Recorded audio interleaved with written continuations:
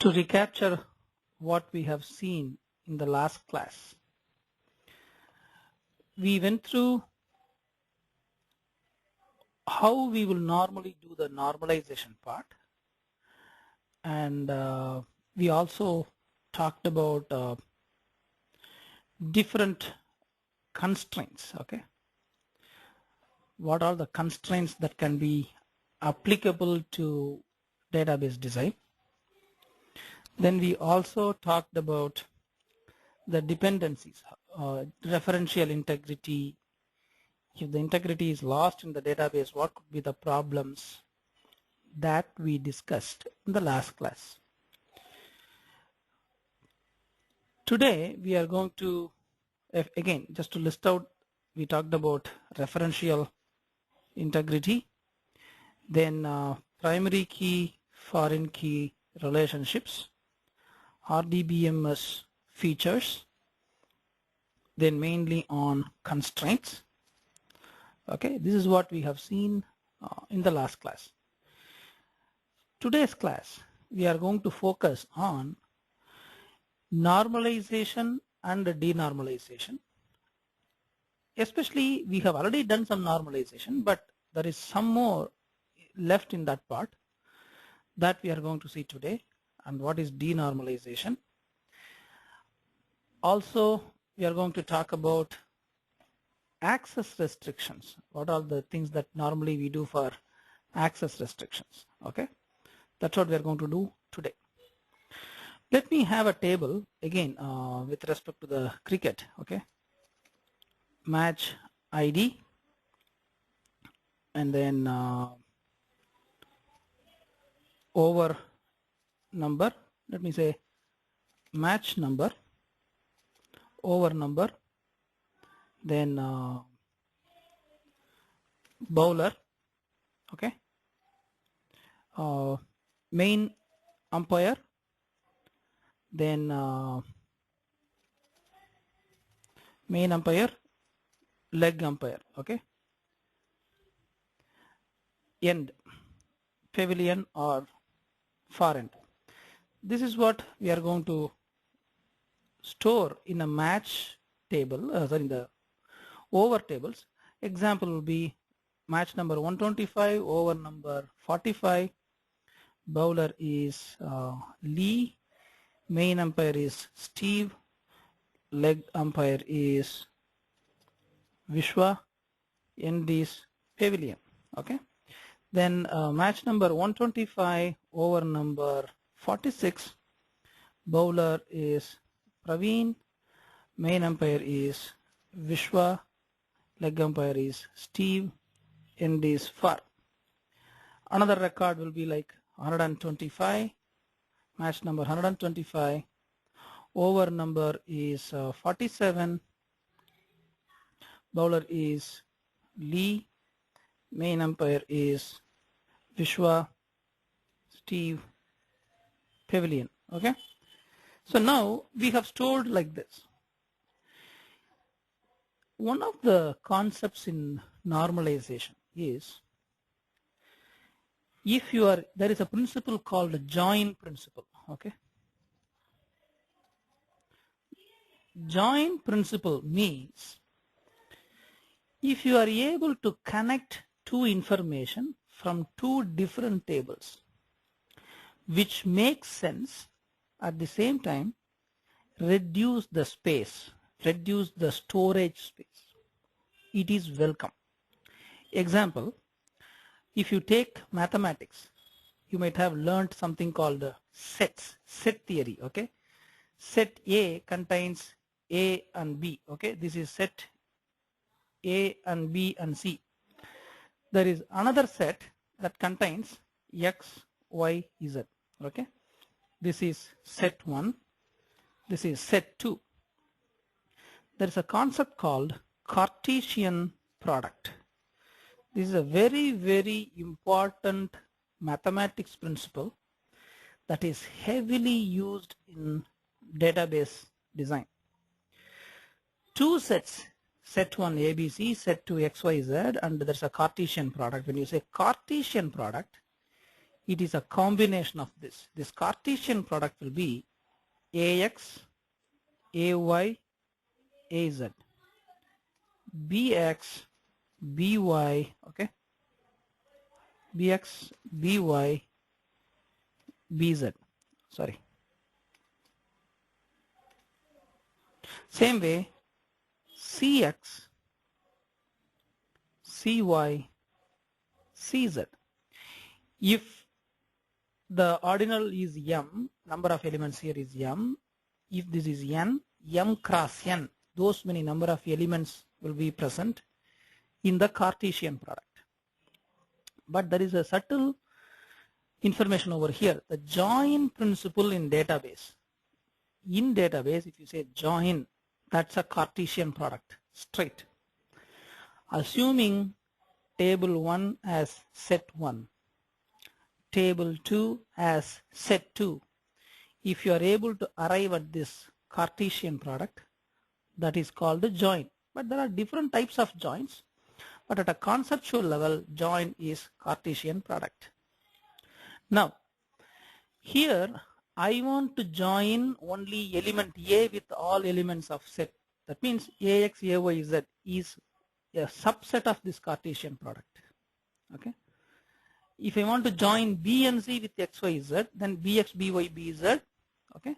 Then CX, CY, CZ. So this is a full Cartesian product. Any other join will be a subset of elements in this. Basically, it's a combination. Right. Again, in mathematics also, you have another things called permutation and combination, right? But permutation combination is a slightly different thing, right? Because the permutation combination, there are different ways to interpret. AX is one element, XA is another element. So they will try to give that kind of a combination. Then A, B, X, that will be a separate combination. So, but combination theory is different. Cartesian product is different. This principle is applied in normalization. How? But what is the underlying reason? The fundamental question in the 21st century or 20th century or 19th century or any time, why? Why should we use this? Ultimate reason of applying join principle is if you can segregate data, make them related to each other so that space gets reduced. Okay. Now look at here. Under the bowler, the name Lee, Praveen and Lee is present 2 times. Okay, let me have one more over number 48. Praveen, Steve, Vishwa, Farend. Now, to store one record, assuming that we have got a size of, let me introduce, match number is integer 2 bytes. And the over number is again integer, another 2 bytes. Bowler, I'm going to have 20 characters for the name. Main umpire 20 characters. Leg umpire 20 characters. Which is the end, I will say 10 characters. So, to store a record, I will have 4, 24, 44, 64, 74 bytes. I need 74 bytes to store one record. Can I minimize this? To minimize, I have to segregate something. How?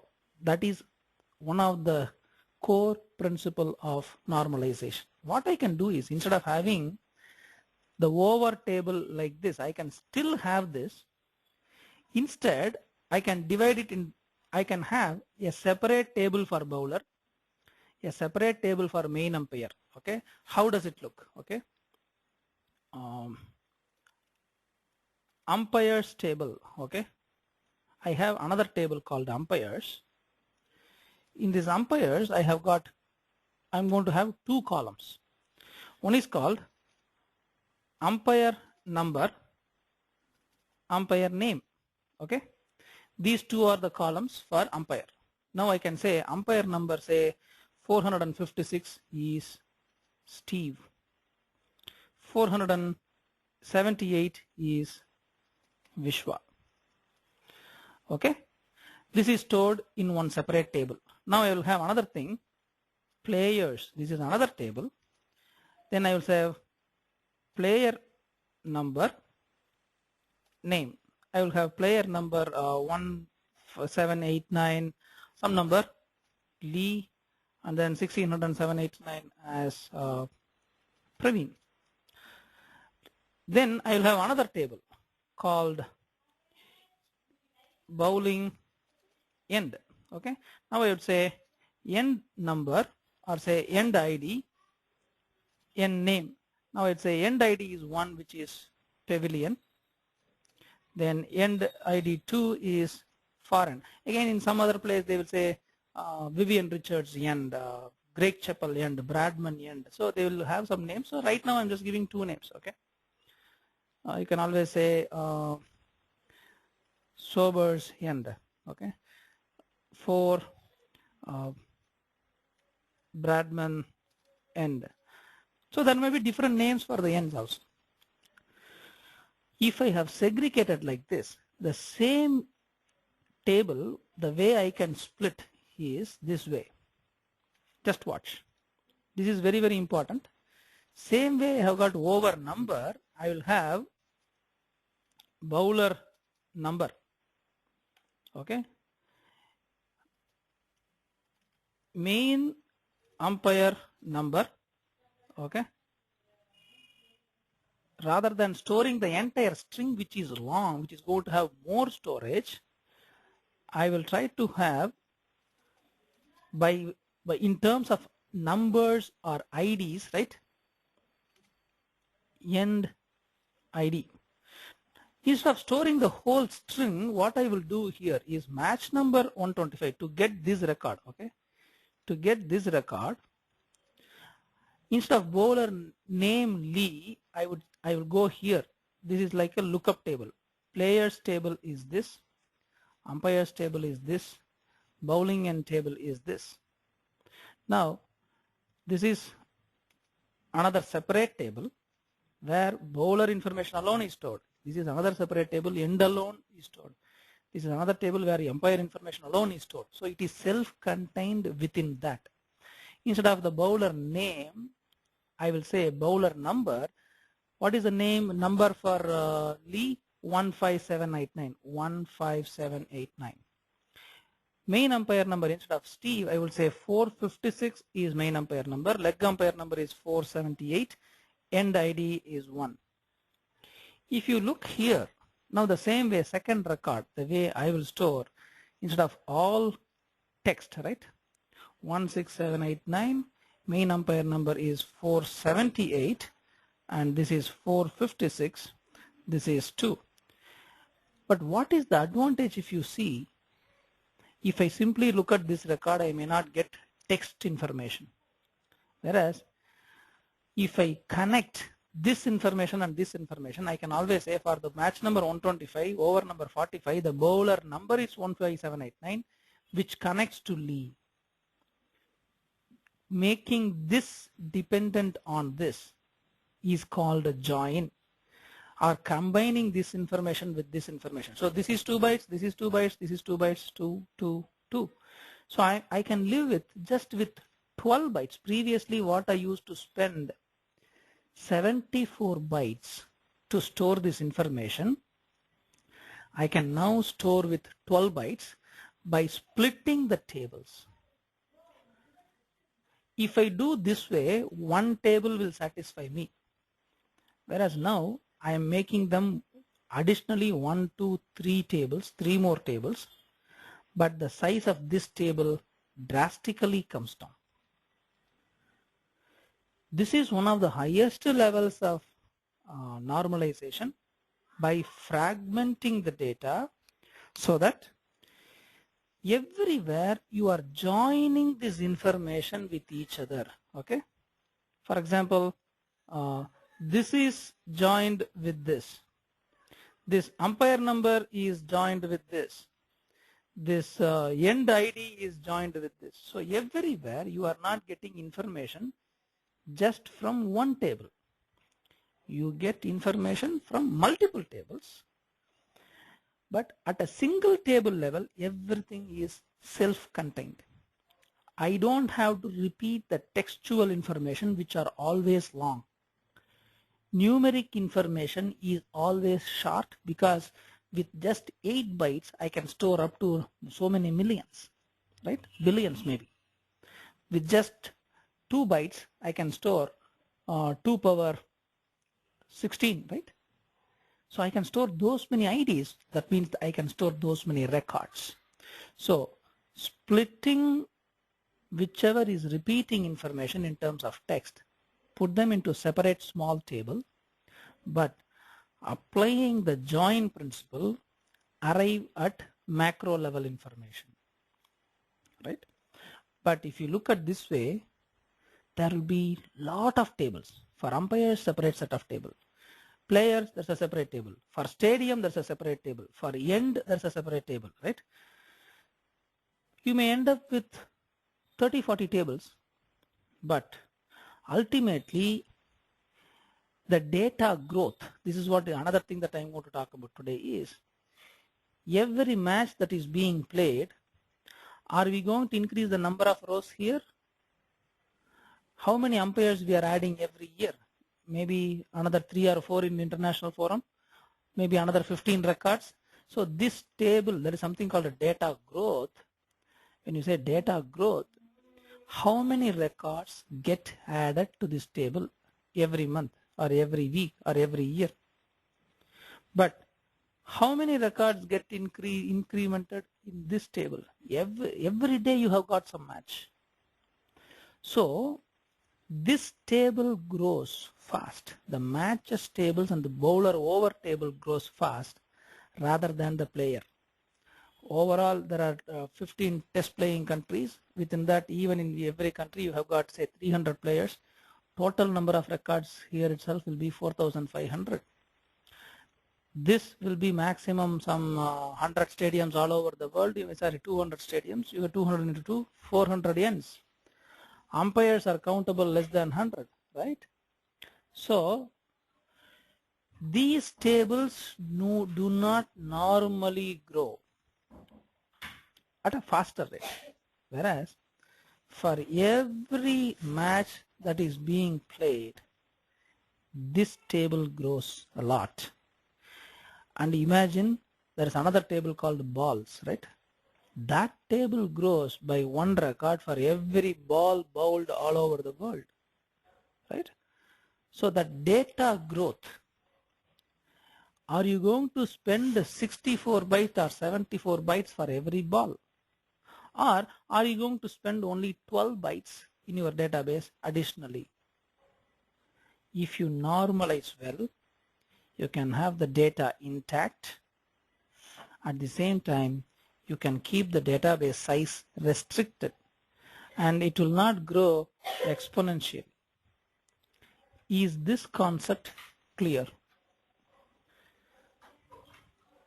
Can you please raise the hands if so? Good. Very good. This is one of the highest level of normalization. But of course, you will end up with hundreds of tables in big ERPs. Let it be. Let it be. But ultimately, you need to ensure the data growth is to be less. Now, since I told this word data growth, right? Imagine we are one of the mobile service providers.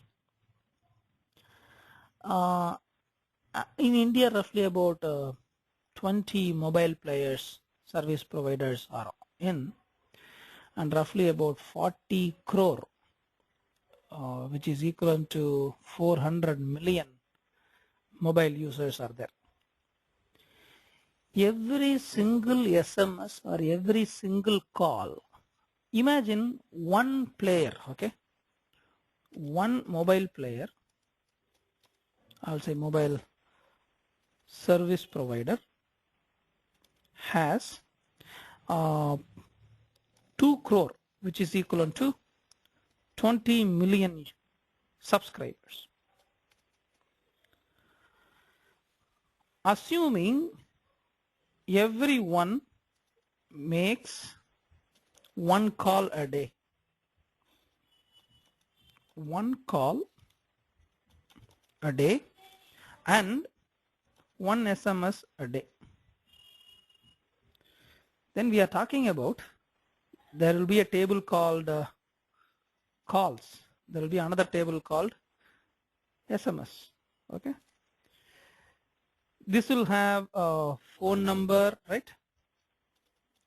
Then start time,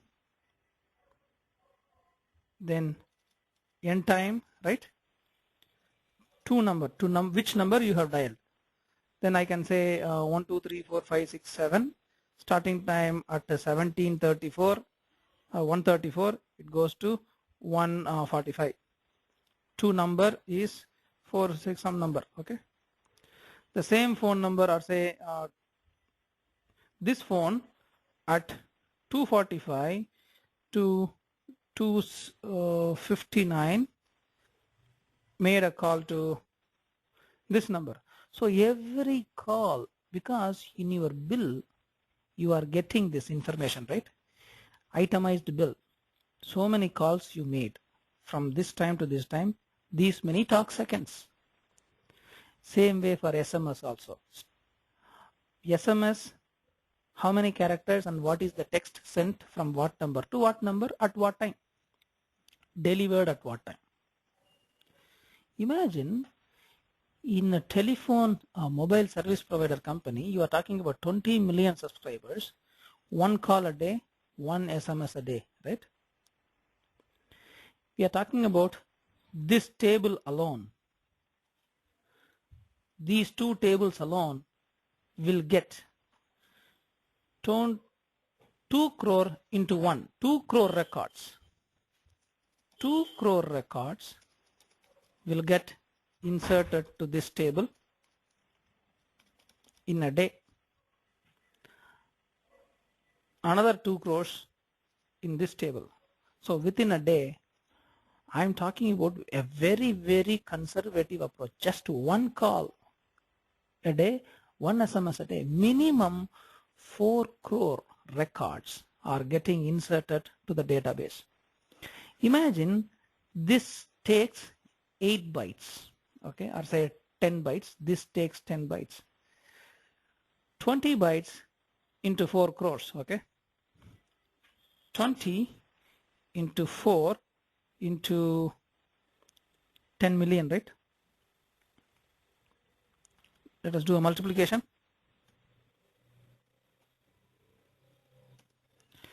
1, 2, 3, 4, 5, 6, 700. Okay, this is going to be 800 megabytes of data minimum a day. And if I make 5 calls a day, 5 into 800 megabytes, 4 gigabytes data every day. Within 30 days, we are talking about 120 gigabytes of data. Do you have database capacity for so many gigabytes? At that point of time, if your hard disk crashes, what are you going to do? Before you even recognize, right? During the festival seasons, everyone making 10 calls, 15 SMS or 100 SMS. Your database will get so fast full, right? Within an hour, you will lose some 200 gigabytes in your space. Because of that, all other performance issues will start coming out. Same like credit card applications, right? Imagine the satellite informations are getting stored in database. Every second you get so much of information, weather information. If that comes, right, how fast your data is growing, what is the data growth rate per day, how many records get added, how much of hard disk you are going to lose. The database designer must carefully analyze that, accordingly choose the data types, try to reduce, right? If I am able to minimize this by 1 byte, I am minimizing at least 1 kilobyte, or say 200 kilobytes minimum, right? By reducing 1 byte here, you are able to reduce several gigabytes and terabytes for the year. So the designer must be extremely careful in doing that operation. Is this clear? The data growth calculation. Can you please raise the hands?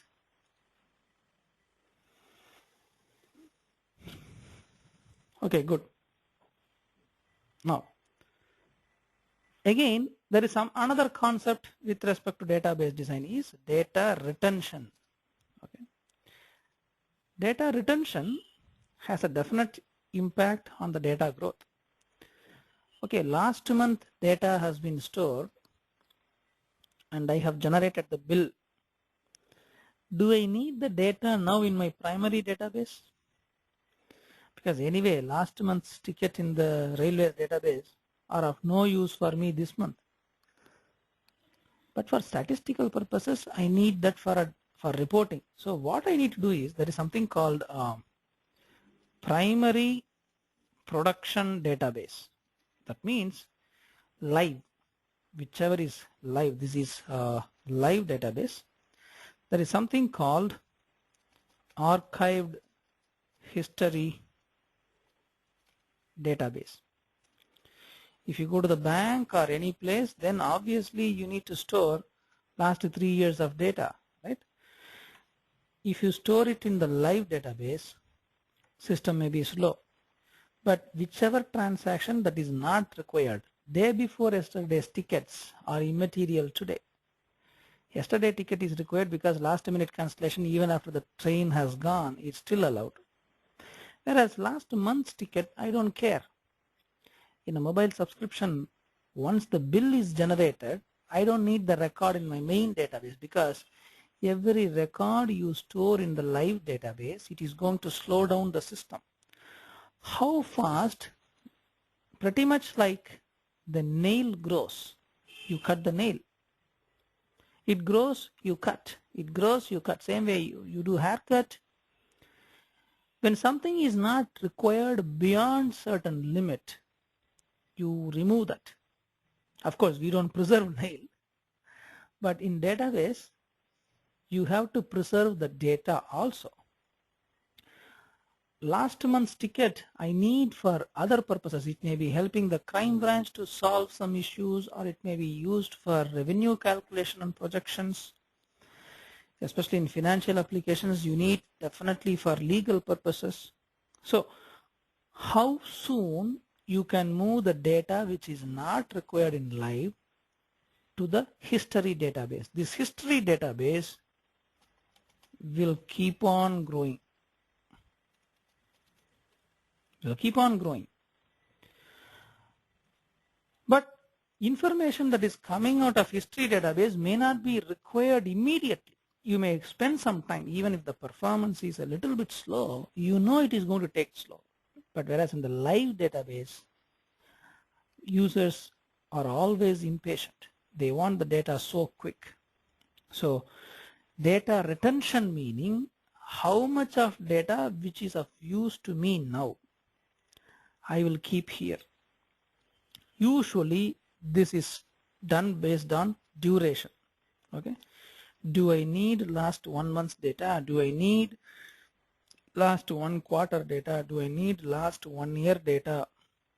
It's up to the application. So how much is required in the primary live database? Beyond that period, you move them to a different server, but still many people, statisticians will be working in that database. So that is called data retention. If data grows too fast, somewhere you should keep a check on when to remove that from the database primary to archive. Is this clear to you all? Can you please raise the hands if so? Cool.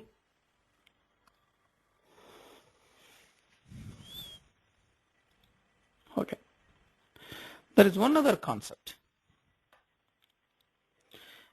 This is a concept called, I would say this is a corollary of normalization. This is called denormalization.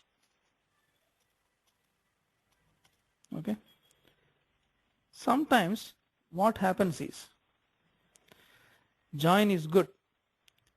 Theory part of, okay, have separate tables for separate entities, that is perfect. But what happens is, depending upon the database you choose, whether it is MS SQL or Oracle or DB2 or MySQL, there are always performance issues because of the data growth. When data keeps on growing, at that point of time, if you put a join, there are different types of join: inner join, outer join, self join. It is very specific to those databases. The moment you put join, these joins do take a lot of memory and CPU. At that point of time, system will slow down. If you don't do joins, straight away take data from one table, system will work fast. If at some point of time people feel the data grows at 1 crore record per day, at that point of time, if I put a join, it takes 5 minutes to generate a display on the screen. Then the database people will say, okay, instead of splitting up the tables like this, let us better have the table like this itself. So though, again, it's a compromise between space and speed. Okay, denormalization is nothing but a compromise between space on disk versus speed. So whether if you want speedy application, your response must be faster. Sometimes the normalization, because of the Cartesian product principle, it will take more memory and CPU time. People may be impatient. Rather, they will say, okay, throw some money, get more hard disk, that's fine. We are happy about that. We don't, but every second for my end consumer is precious to me. In that case, they will say, don't normalize too much. Let the information be repeated so that I don't have to do always a lot of joins. Okay? But denormalization needs to be applied only when your application slows down. If it is not slowing down, always go with normalization. If you feel the data growth is too high, and then if you feel that it can be made faster by doing denormalization, right? Then bring denormalization. Okay? It's like this. Suppose the office has one floor has got 300 people, right? And you have got only one printer. And all the people try to print through that printer. And you have got a big queue, everybody is waiting. Okay, I want to save printer cost, that's one part. Whereas the problem with so many people waiting, right, that creates more bad feeling, right, than the printer cost. So in that case you will say, for this end you will have one printer, for that end you will have one printer. Though you throw some money and throw more paper, people are getting their results much faster. So it's a trade-off. So that process is called denormalization, right? Again, very similar feature you will always see in organizations also. Some organizations will always have a central control, okay? So they will first go with centralization of every aspect. Then at some point of time, when organization grows, if everything is centric in one place, decision making becomes slow. Then they will say, I will do decentralization. It is very similar to denormalization. Reason is, results or decision taking may not be faster if everything is central. They want to give freedom to the individual territories. So at that point of time, they will do decentralization, very similar to denormalization. But denormalization comes with a cost on the disk. But if that is okay, but for you speed is more important, go with that. But for you, if you feel the data growth is way too high, then normalization will help you. Is this clear? Great.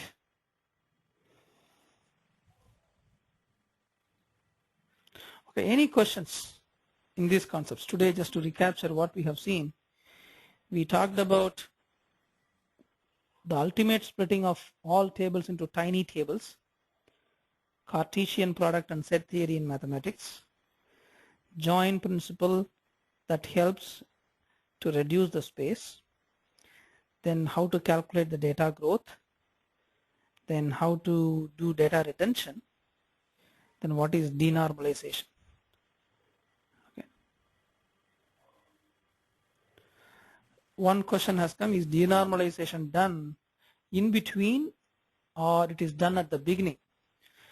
Right at the beginning, people will think of the data growth, because if you are working for that particular organization, you know how many customers are coming to you, how many transactions do happen every day.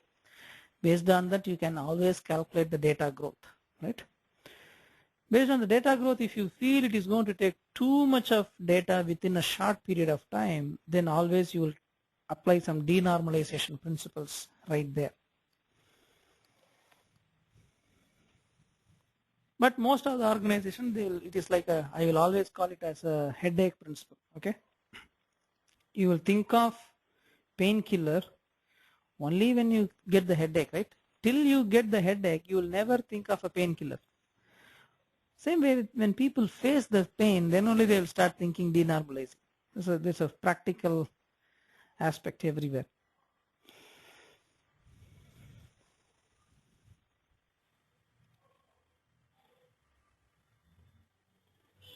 Yeah, practically, if we speak, most of the people will apply denormalization maybe after watching it for a quarter or after watching for 2 quarters. You put an application in live, you see the data growth, but normally denormalization does not happen after 10 years. They watch for 1 or 2 quarters, see the data growth.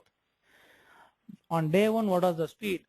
On day 90, what was the speed? They will try to compare. Then they will try to do denormalization within that stipulated time. Otherwise, trying to do after 3 years will be a killer.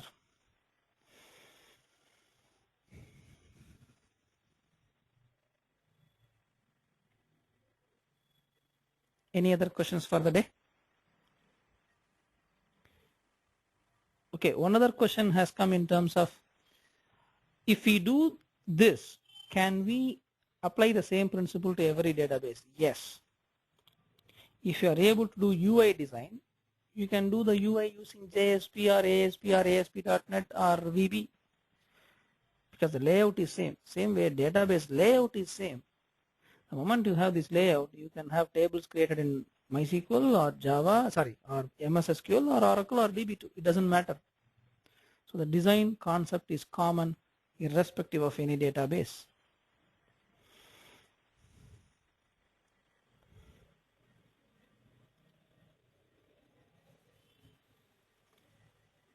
One person has asked a question, when people denormalize, we may have to remove some tables and it affects application logic. Yes. The moment you touch database, you make some alterations, obviously application coding will change. So it is taken through normal change request procedure. Any change you do, then application coding design has to change, code has to change, testing has to happen once again. So that route is pretty standard as request for change or change request procedure. So normally what they do is they will maintain something called a traceability matrix. Here traceability matrix is, right, this is how the traceability matrix will look like. Okay, they will have a requirement ID, then UI screen, then backend procedure, then method within that class. I would say class, method, table insert, table update, table delete, table select. The reason is, for this requirement, which table is being affected in which table I'm inserting. For example, requirement ID 145, user screen is register.jsp, class is user, method is register, table insertion is user master, table updated is none, table delete is none, table select is user master, right? So for every single requirement ID, they will have a traceability matrix. So someone, if they change here in some of the tables, all the classes, all the things need to be recoded, retested. Yes, this webinar is being recorded.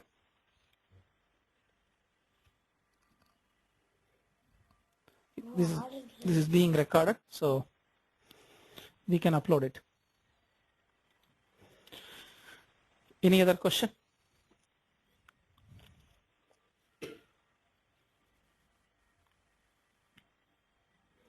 Good. I hope you had a nice session. I enjoyed this session. We will try to upload all these webinars soon after editing. Thanks a lot. Good night.